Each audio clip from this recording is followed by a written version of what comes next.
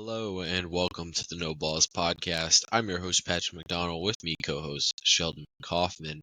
Today, we are talking about NBA Draft Day trades. The draft is in just over 2 weeks.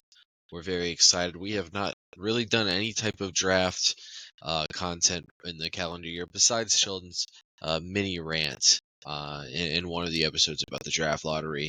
And then we will also be doing what's next for the Knicks and the Timberwolves. Um, Before that, Sheldon, like always, has a trivia question. We will get that started. What do we have today, Sheldon? Yeah.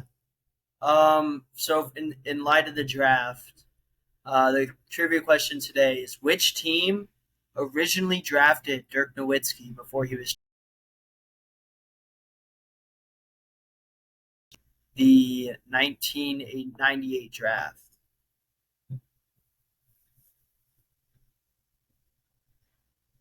Okay. I'm 98% sure that this is the Philadelphia 76ers. Locked in?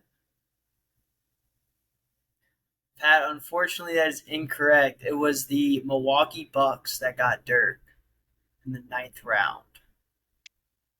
In the ninth Traded, round? or no, ninth pick. It's like, yeah. My bad, my Okay. bad. And he was traded for Robert Tractor Taylor. Trailer. Oh, Trailer. That's a crazy that's a, name. that's a pull right there. That's a pull. 98, they took Allen Iverson that year, didn't they? First overall. I think so.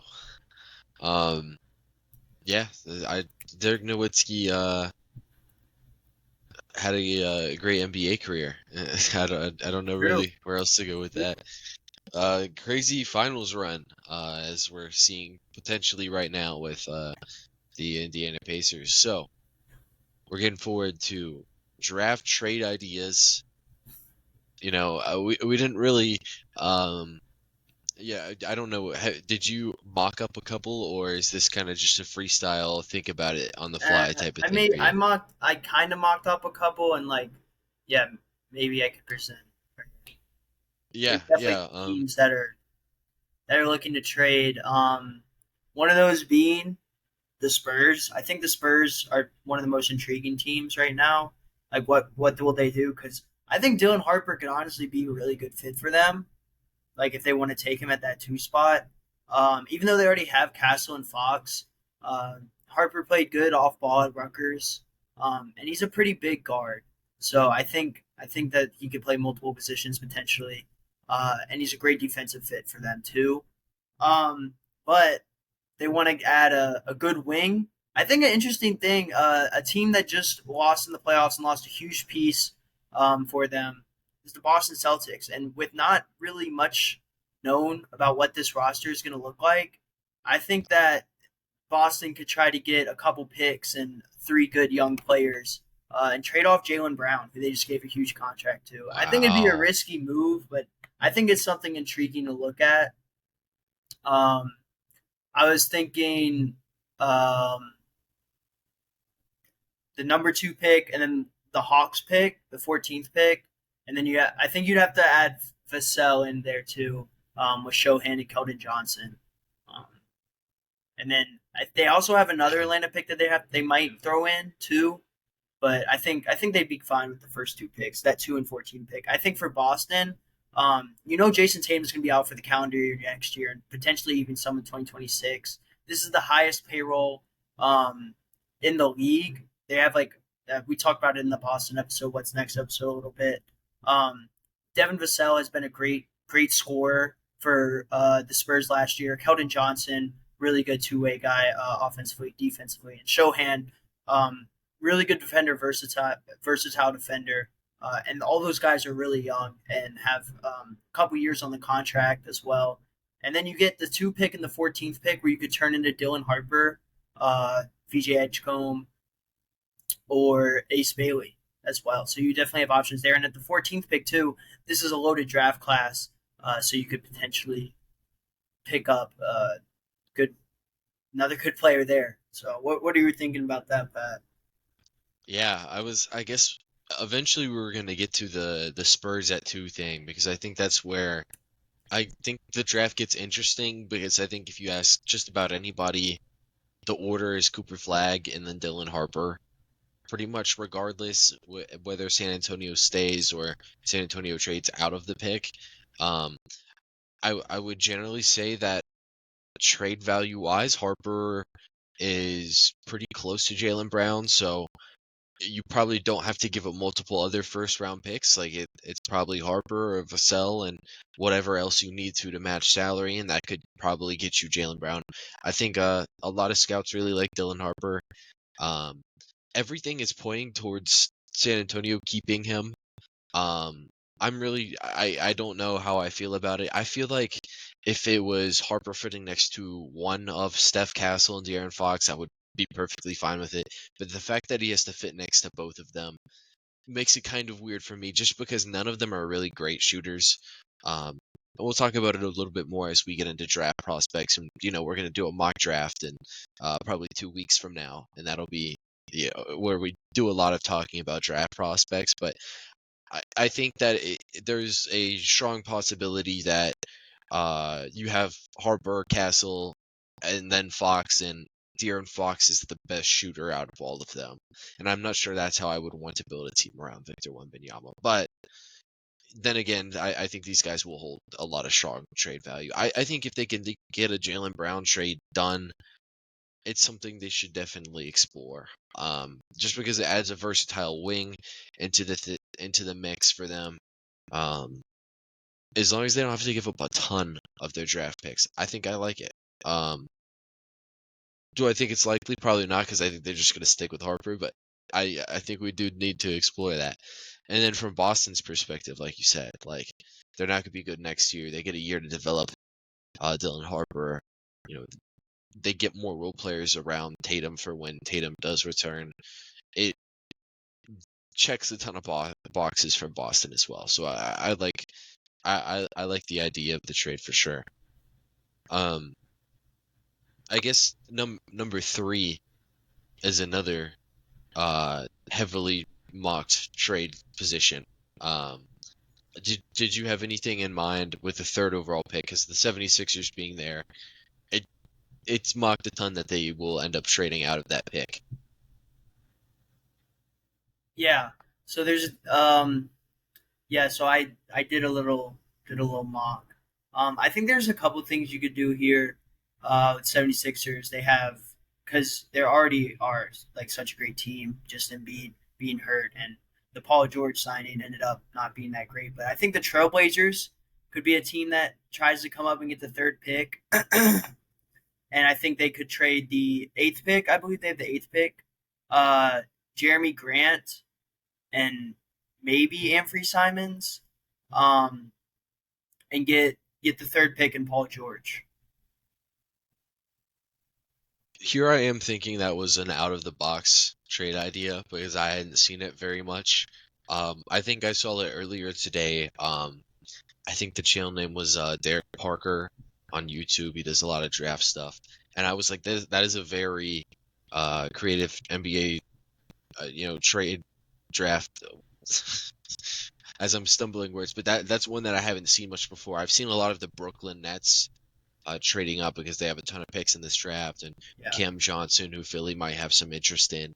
I've seen that. I really like the idea of them, uh, getting off of the Paul George deal and then getting Simon. So I feel like with already having McCain and Maxey, um, Simons might just get sent to another team from Philadelphia anyway, but just to make salaries work and get Paul George. And I think Philly would send other assets as well with that.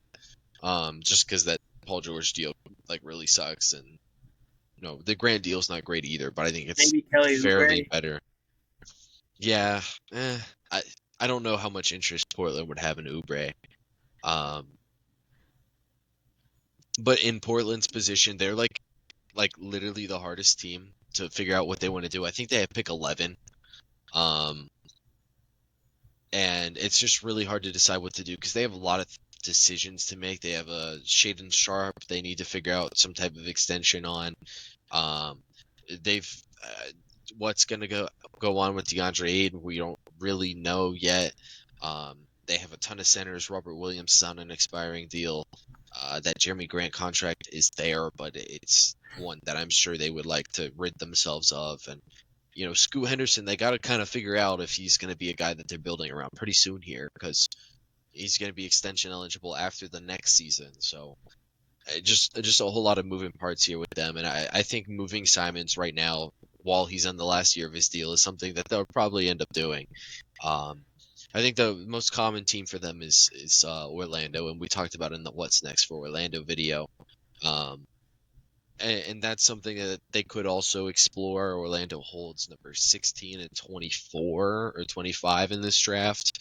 Um, I, I'm not out on them making a move for Orlando, but I did actually have them getting another shot creator, and an interesting mock trade that I think's been mocked up a ton. Um, but yeah, number 3, I guess we need to talk about it with Portland.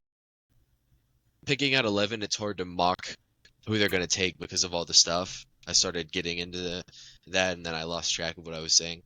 But getting a legitimate star upside prospect is pretty good for them, because the swing that they have taken in that avenue has been Scoot Henderson, and they just don't know what that's going to look like just now. And then you get a guy, I think for them, I think Ace is kind of the guy for them, and I'm not.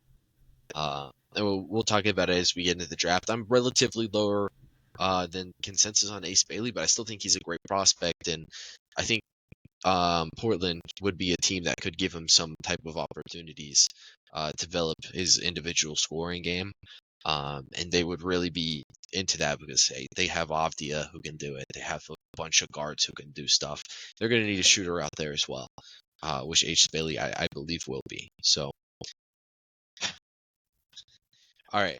I guess I have to throw out one of mine then. Since you've so graciously blessed already with two very solid trades.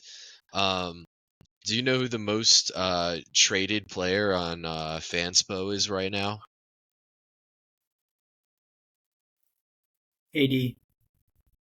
Yeah, it's Kevin Durant, and I have a Kevin Durant trade that I think is interesting. I think it was Bill Simmons who talked about the Spurs potentially already having one lined up, and I kind of see that as something that could be true. But I also feel like the Rockets are a team that potentially has one, already lined up in the chamber. And I will get them pulled up, and it will involve a third team that will be addressing some needs of their own. So Kevin Durant going to Houston is something that I think is becoming increasingly possible, because all the reports are mentioning that Kevin Durant is probably on the way out. Going back to them, I think will be Jabari Smith Jr., because they'll have him, Amen Thompson, Tari Eason, who all are going to need to get paid really soon. I think Tari and Jabari are extension eligible right now, and I think they just need to figure that out or move on from one of them. Going out to Orlando will be Jalen Green from Houston, mainly because in this type of a situation, you're building around Devin Booker, and I'm not sure how Jalen Green and Devin Booker fit together. They can absorb that pretty easily with KCP's contract, which is $22 million versus Jalen Green's 33, and they have a Mo Wagner team option. They have a Wendell Carter Jr. contract that is sneakily really huge, and I don't think they're gonna want to pay. And Orlando's getting out a ton of money, giving up some picks to get out of that money and get Jalen Green.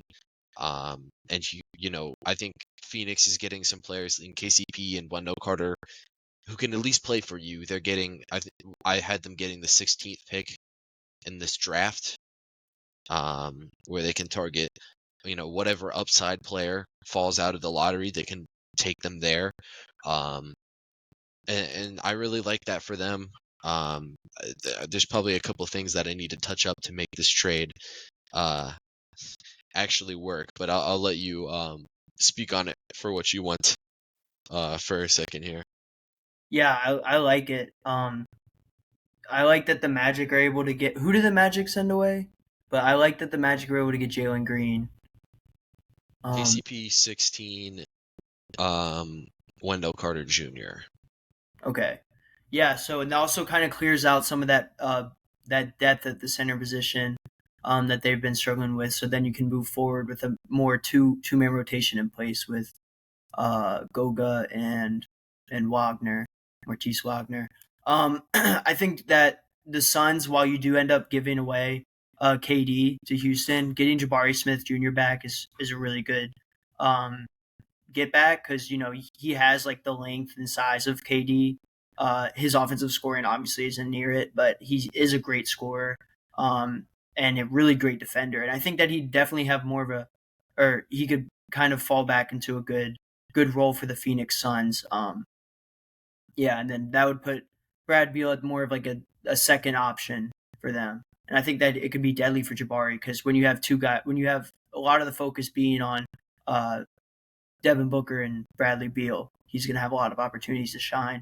And then Houston getting KD, that's what we've been kind of talking about, this Houston team not having like a guy that you can go to in the fourth quarter. And KD's the definition of that. Pairing him with Fred VanVleet, Sengun, all those guys, and you keep Tari Eason. You have the defense around him, so like KD won't be, KD's older, obviously, not gonna be. You can kind of hide KD's defensive weaknesses on that Houston team for sure. Um, so yeah, I think it's a great deal for all three teams, and also Orlando gets Jalen Green, who obviously is going to be their best option. But it'd be interesting to see how the efficiency stuff works out, especially when now he is definitely going to be the number one guy on that team. Yeah, I feel like we had to get the Kevin Durant trade out the way because I think he's going to get traded, if not at the draft, like really early into the offseason, because a lot of teams are going to view him as probably the best player available because it's looking more and more like Giannis is staying in Milwaukee. Um, Another part of this too is Houston does have uh, Phoenix picks. It's implied that they would probably get Phoenix would get one of their picks back in this deal.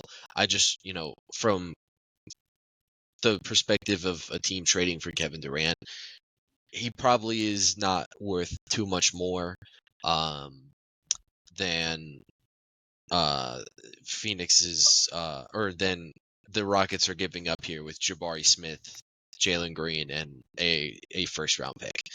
And then the Magic, obviously, you're getting Jalen Green, who they've struggled with shooting so much the past couple of years, and I think they have the defensive pieces to hide Jalen Green on that end, and they just have enough other offensive players to where Jalen Green will be a number one type of player.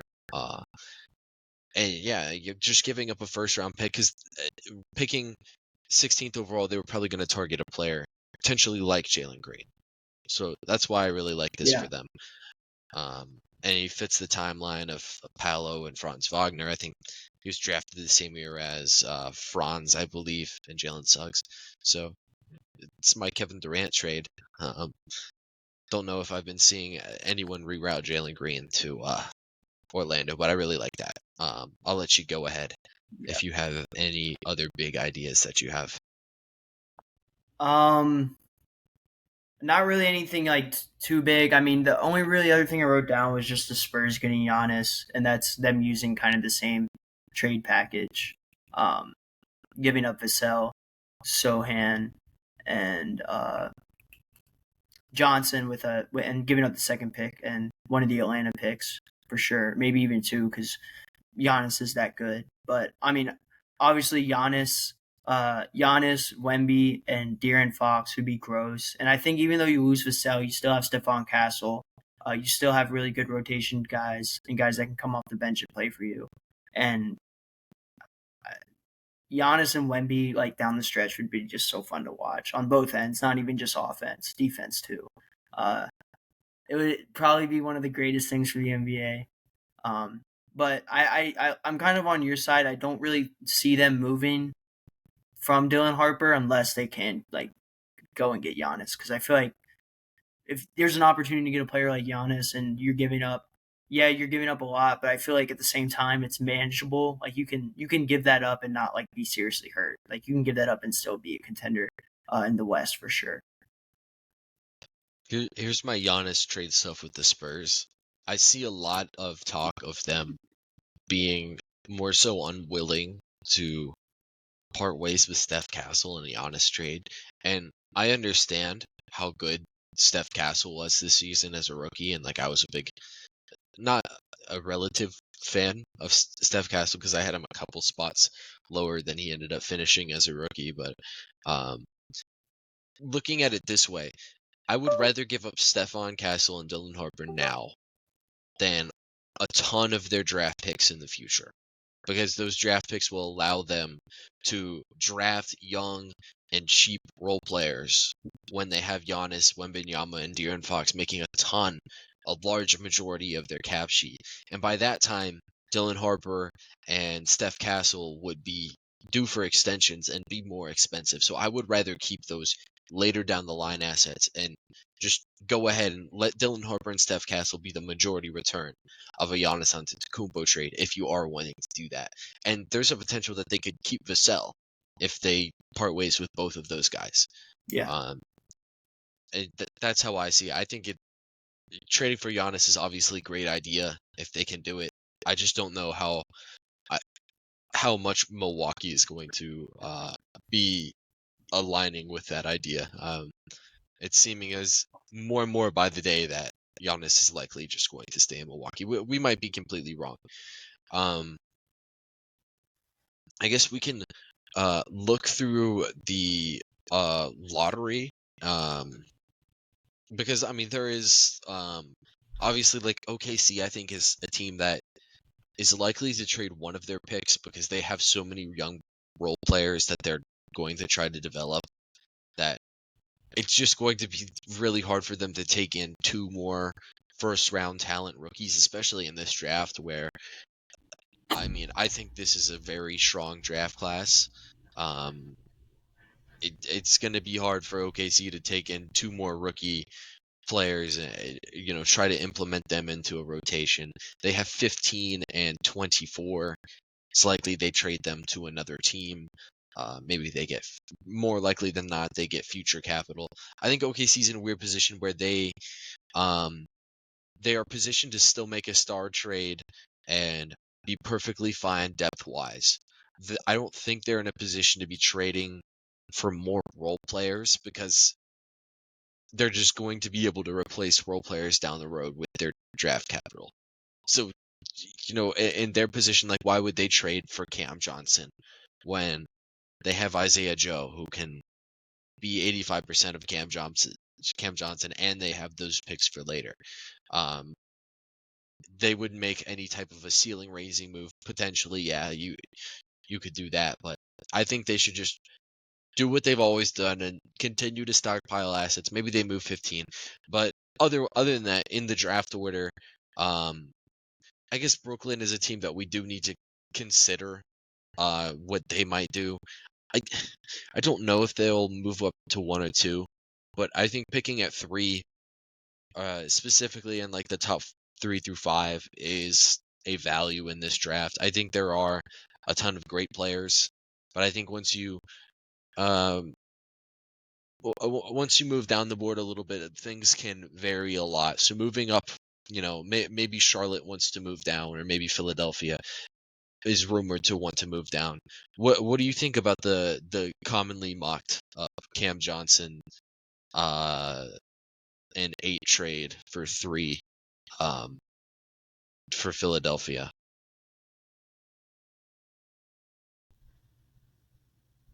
You say that again? Yeah, Cam Johnson to Philly, right?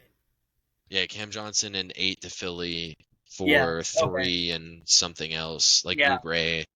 I mean, I think it'd be great for Philly because you do. I mean, Cam Johnson. Like if you go in here, you draft Ace Bailey or VJ Edgecombe or someone like that. It's going to take a couple years for him to develop into a great 3 option beside Embiid and Maxey. If you go and get Cam Johnson, you already know you're going to get a great shooter from three and a great defender. A guy that you thought you were getting in Paul George. That's kind of the player that you thought you'd get in Paul George, and you ended up not getting that. Uh, Cam Johnson is, he's a proven, his numbers are proven, consistent shooter, great defender, and I think it'd be a great trade, honestly, Pat. And then you still stay in the top 10 if you're Philly. You're still staying in the top 10, and you can go out and get another wing guy if you want to. I think it's a great, really great trade for them.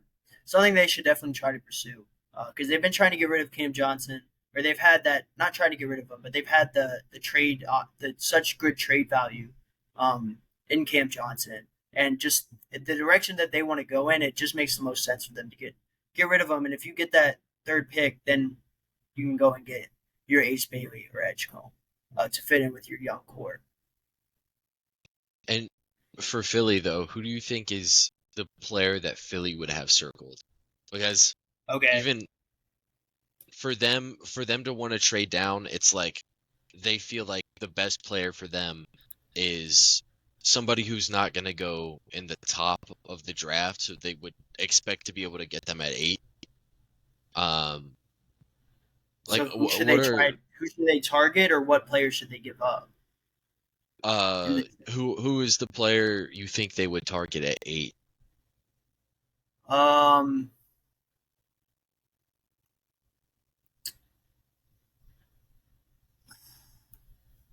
for Philly, I mean, they could get Con Kneppel. Con Kneppel might be around there. He's 6'6" wing that can shoot the Yeah, ball. I think that could be pretty interesting pairing with Maxi. that's like the most commonly known one, and I think it's great because I think the Concaniple comp has always been Cam Johnson. So I think just the irony of getting Cam Johnson and the next Cam Johnson in the same draft is just like, I don't necessarily know how I feel about it, but I don't think I feel bad about it. Um, I think he could be in play there. I think is there's whisperings of like Malawatch or Murray Boyles just because defensive prospects yeah, especially more with Murray Boyles, he could probably play next to Embiid, or in Malawatch's case, if you think that Embiid might be a little over the hill, you do that. Um, I like those options a little bit. They're in just like such a weird position where I feel like they have to take a wing to where it's like Ace Bailey at 3 is like the most common uh pick because Ace Bailey is a wing sized player, but I just don't. I think between him, Trey Johnson, and VJ Edgecombe, I think he's the least NBA ready of those 3 guys. Um, so it's just it's such a weird situation that Philly's in. I feel like if they were at 2, what do you think Philly would be like if they were at 2? Yeah, I mean, I don't think taking Dylan Harper wouldn't be a bad thing at all. That too, for them, right? Yeah, like Pair if them. Philly was just That'd be a great backcourt with him and Maxi. yeah. I feel like if Philly just got slightly different lottery odds and they were at 2, I feel like we would have no discussions about them trading back because you know the alternative is them playing um, McCain and Maxi later down the line with Grimes probably starting for this next season. Regardless, Grimes would then probably start at the 3 next to Harper and Maxi, and it's just such a weird alternative that could have happened. Other teams, as far as trades go, I mean, I think the Portland one is like the big standout one. Like, what do they do? Um, yeah, could they keep? I think they'll stick and pick. We're not sure. And then like Atlanta's a sneaky team that could just move up a ton in the draft. I don't know necessarily what the team would be. Like potentially it's just New Orleans. Like what if New Orleans doesn't like what falls to them at 7 and Atlanta packages 13 and 20 something. I forget which 20s pick Atlanta has. 13 and 22 for 22. 7. Yeah. Yeah. Or Atlanta has future New Orleans picks. So maybe they package 13 and a future New Orleans pick.